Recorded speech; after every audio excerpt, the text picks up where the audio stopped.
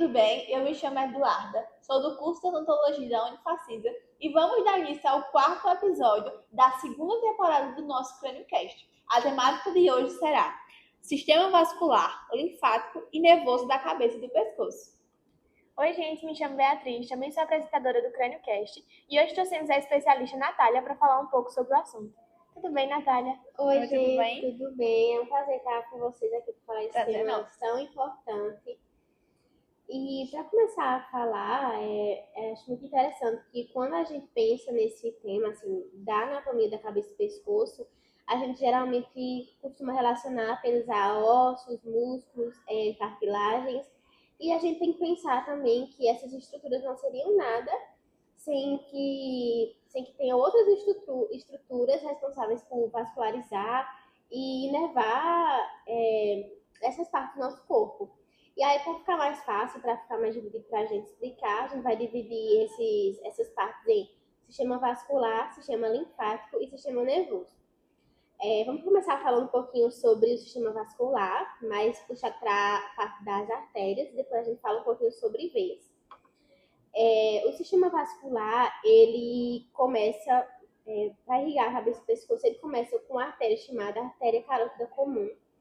E essa artéria, ela vai se dividir em duas, que no caso vai ser a artéria carótida interna e a artéria carótida externa.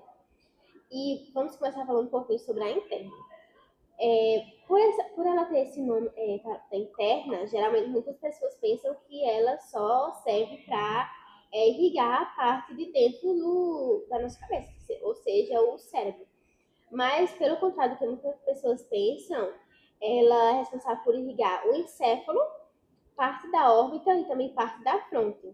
E aí, separei 3 exemplos para dar sobre essa carótida interna. E são eles, artéria ciliar posterior, artéria supratroclear e artéria cerebral média. E também é muito importante saber que essa artéria carótida interna, ela é menor, ela é pequena comparada à artéria carótida externa. Então, vou falar um pouquinho mais agora. No caso, ela é menor, né? Isso a artéria carótida externa, ela possui mais ramos que a carótida interna e ela pode ser dividida em várias partes. E quais os ramos da carótida externa? Ela pode ser dividida em ramos anteriores, ramos posteriores, ramos terminais e ramos mediais. A gente tem os ramos anteriores, que são os primeiros ramos a serem lançados, que é o tireoide superior, o ramo lingual e o ramo facial. A gente tem o ramo medial, que tem a artéria faríngea ascendente. A gente tem os ramos posteriores, que são justamente os que vão mais para trás da nossa cabeça, que é a artéria occipital e auricular posterior, que irriga justamente as partes do pavilhão auricular e cabeludo, essas partes. E a gente tem os ramos terminais, que são os últimos ramos que essa artéria lança, que é o ramo maxilar e temporal superficial. E aí, essa artéria maxilar, geralmente é a mais que a gente tem em contato, né? Pra gente mexer mais nessa parte de mandíbula, maxila, essa artéria maxilar a gente tem bastante contato, precisa conhecer bastante. E ela é muito conhecida por ter por ser um ramo terminal muito calibroso. Ela, dentre os 2 ramos terminais, ela é o mais calibroso que tem. E aí, falando um pouquinho, deixando um pouquinho mais essa parte da artéria de lado e falando mais um pouquinho sobre veia, as veias, elas são diversas veias que drenam o sangue da nossa cabeça. Okay. Aí essa drenagem venosa da cabeça é feita pelas mesmas estruturas das artérias? Não, ela é feita como se fosse pela mesma lógica, assim como as artérias têm a artéria externa e a interna, a veia ela tem a drenagem venosa intracraniana e a extracraniana. E aí a intracraniana ela é feita basicamente por seios, que vão ser chamados de seios venosos da dura máter, e a parte extracraniana ela é realizada pelos sistemas da veia facial e veia retromandibular. E até mais fácil de lembrar, porque intracraniana a gente já sabe que é uma coisa dentro do nosso cérebro. A gente sabe que a dura marca fica localizada dentro da nossa cabeça. E também essa parte extracraniana é bom lembrar porque é a veia facial. Então, é sistema extracraniano, veia facial, isso. E aí, nós temos os seios, são os 2 seios. São os seios da base do crânio e os seios da calvária, ou seja, os seios como se fossem mais superiores e os seios mais inferiores. Certo. Os que são localizados na base do crânio é o seio cavernoso, intracavernoso, basilar, petroso inferior e superior e o esfenoparietal. Aí a gente vai para os seios da calvária, que são o sagital superior e inferior, o reto, o transverso, o occipital e o sigmoide. A gente tem esses dois seios. Aí, falando um pouquinho sobre a veia retomandibular, ela é uma das principais regiões de drenagem da parte temporal e infratemporal e também das regiões profundas da face, porque a gente também é importante saber dessa parte que a face tem regiões mais profundas, regiões mais externas. E também essa veia, ela é responsável por drenar o sangue da cavidade nasal e também da cavidade oral. E também falando um pouquinho sobre, porque a gente falou até agora da drenagem da veia da cabeça, agora falando um pouquinho sobre a do pescoço. As veias do pescoço, elas são divididas em superficiais e profundas. As superficiais, elas são as veias jugulares anteriores e externas, que também é fácil de lembrar, porque anteriores é basicamente o que vem primeiro, e externo basicamente o que vem o que está do lado de fora. Então, veias superficiais já é fácil de lembrar. E a gente tem as veias profundas, que são as jugulares internas. Super de boa de aprender. E aí dessas veias irrigam regiões como o encéfalo, a partes profundas do pescoço, partes anteriores da face, entre outras regiões. E agora vou falar um pouquinho sobre a drenagem linfática. E o que seria a drenagem linfática? Porque a gente ouve muito falar, né? Pois justamente como você falou, a gente escuta muito falar, mas dessa... Não sabe o que é, né? mas a gente não sabe o que é. Muita gente, a gente fala assim, sistema arterial, sistema venoso. As pessoas sabem o que é, mas drenagem linfática pouco a gente conhece o que é. E o sistema linfático, são um conjunto de vasos que tem paredes finas e eles absorvem a linfa. E o que seria essa linfa? São excessos de líquidos teciduais. Ou é como se servisse para limpar. E também ele pode absorver proteínas plasmáticas e eles servem como um sistema de defesa do corpo, porque ele pode fazer a remoção de resíduos que causem infecções. Então, é como se fosse assim, uma peneira das coisas ruins e das coisas boas, assim, de um jeito bem grosseiro de explicar, muito interessante. E aí, como último tópico, a gente tem o sistema nervoso, que é amplamente enorme. E é importante, né? A gente sabe o quanto que o sistema nervoso ele é importante. A gente tem um conhecimento sobre ele, porque, né, principalmente no ramo da odontologia, a gente precisa muito, né? Pois é. O sistema nervoso, na parte da cabeça e do pescoço, ele é composto por 12 pares de nervos. 12? Isso. E quais seriam esses pares? É uma lista enorme. A gente tem o nervo olfatório, o nervo óptico, o nervo oculomotor, o troclear, o trigêmeo, o abducente, o facial, o vestíbulo troclear, o glossofaríngeo, o vago, o acessório e o hipoglosso. Então, é uma lista realmente... E é muito interessante que são 12 nervos, mas, por exemplo, a gente tem o nervo trigêmeo, que ele meio que se divide em 3. A gente fala V1, V2 e V3 do trigêmeo. Então, se a gente fosse pensar, é como se a gente tivesse mais ou menos mais que 2, né? Assim, mais que 12, né?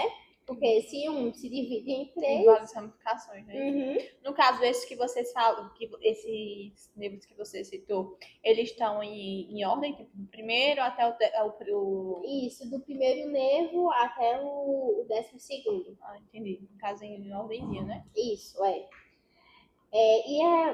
Quando a gente fala de nervo, a gente tem que saber que eles têm, cada nervo tem sua função. A gente tem, por exemplo, os nervos que são sensitivos, os nervos que são motores e os nervos que são mistos também. Como o próprio nome já diz, né? O nervo sensitivo ele é mais voltado para a parte sensorial, o nervo motor é para movimentações e o misto é o que envolve essas duas partes. E aí, por exemplo, como um exemplo de um nervo sensitivo, a gente tem o nervo olfatório, que é o número 1, o nervo 1, e ele é responsável por conduzir impulsos nervosos na mucosa do nariz, na mucosa nasal e no cérebro. E aí também como um exemplo de um nervo motor, a gente tem o nervo oculomotor, que até o nome já dá uma colinha, e ele é responsável por fazer movimentos do bulbo do olho e também para contração da nossa pupila. E também pela parte do foco do nosso olho, a parte da convergência do cristalino. E também um exemplo de um nervo misto, a gente tem, de novo, o trigêmeo, para a gente ver como ele é importante, que ele é sensitivo para inervação da cabeça, só que ele também inerva os músculos da mastigação, que no caso é o masseter, o temporal, o pterigóide lateral e o pterigóide medial. Então, a gente listou aqui os nervos de 1 ao 12 e é muito importante essa questão, a gente saber a anatomia desses nervos, a gente precisa realmente saber o que eles inervam, se eles são sensitivos, se eles são motores, se eles são mistos, para a gente poder fazer uma abordagem melhor, Um conhecimento, né, Isso. anatômico. Uhum. Principalmente, eu acho que do nervo trigêmeo, né, que, tipo, pelo ramo da odontologia, ele é bastante importante para a gente conhecer, porque engloba, ele, como você falou, ele tem uma ramificação, são 3 ramificações, então tem o oftálmico, o maxilar, o mandibular, e principalmente para nós odontólogos, a região da mandíbula e da maxila, que a gente deve ter o maior conhecimento, o maior domínio, para que a gente consiga fazer um bom atendimento, um bom procedimento, principalmente como foi assunto de outros podcasts, até as técnicas anestésicas, né? Isso que é bastante importante para a gente ter o conhecimento, para a gente não fazer nada que seja errado, que a gente vá que atingir algum nervo, algo que vá ter intercorrentes, né? Isso pode ocorrer paralisia facial, e tem inúmeros fatores que podem acontecer. Então é bastante importante a gente ter o conhecimento justamente dele para que a gente consiga fazer um bom procedimento, né? E assim como você falou também dos nervos, a localização das artérias, porque inúmeras possibilidades de intercorrências podem acontecer, uma hemorragia. Então é muito importante a gente saber a localização, a gente saber ter o conhecimento sobre eles, porque vai ajudar totalmente no nosso dia a dia clínico, não é isso? Com certeza. Aqui eu trouxe mais resumido, porque se a gente fosse falar de cada ramo de cada artéria, de cada ramo de cada nervo, ia ficar realmente muito difícil.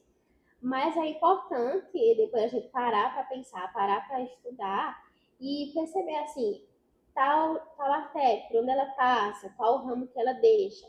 Para que quando a gente for fazer nossos procedimentos, como você falou, se a gente cortar uma região errada e lacerar uma artéria, o que a gente faz? Por onde ela passa?